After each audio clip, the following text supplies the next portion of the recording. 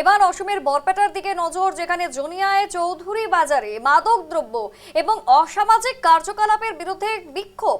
এলাকায় দীর্ঘদিন থেকে এই ধরনের অসামাজিক কার্যকলাপ চলার অভিযোগ তুলে শনিবার রাতে এলাকার স্থানীয় বাসিন্দারা বিক্ষোভ দেখায়। বিক্ষোভকারীদের অভিযোগ, একাংশ অসাধু ব্যক্তির মদতে এলাকায় মাদকের অবাধ বেচাকেনা চলছে, যার ফলেই যুব সমাজ সম্পূর্ণ বিপদগামী হচ্ছে। এদিকে পরিস্থিতির নিয়ন্ত্রণে আনতে এলাকার সামাজিক পরিবেশ রক্ষার্থে প্রশাসন অবিলম্বে এই চক্রের বিরুদ্ধে কঠোর ব্যবস্থা গ্রহণ এবং অভিযুক্তের গ্রেফতারের দাবি তুলেছেন।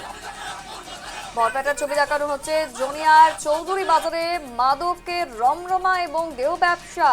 মাদকের বিরুদ্ধে ক্ষোভের রাস্তায় কার্যত সেখানকার আমজনতা। দেখুন,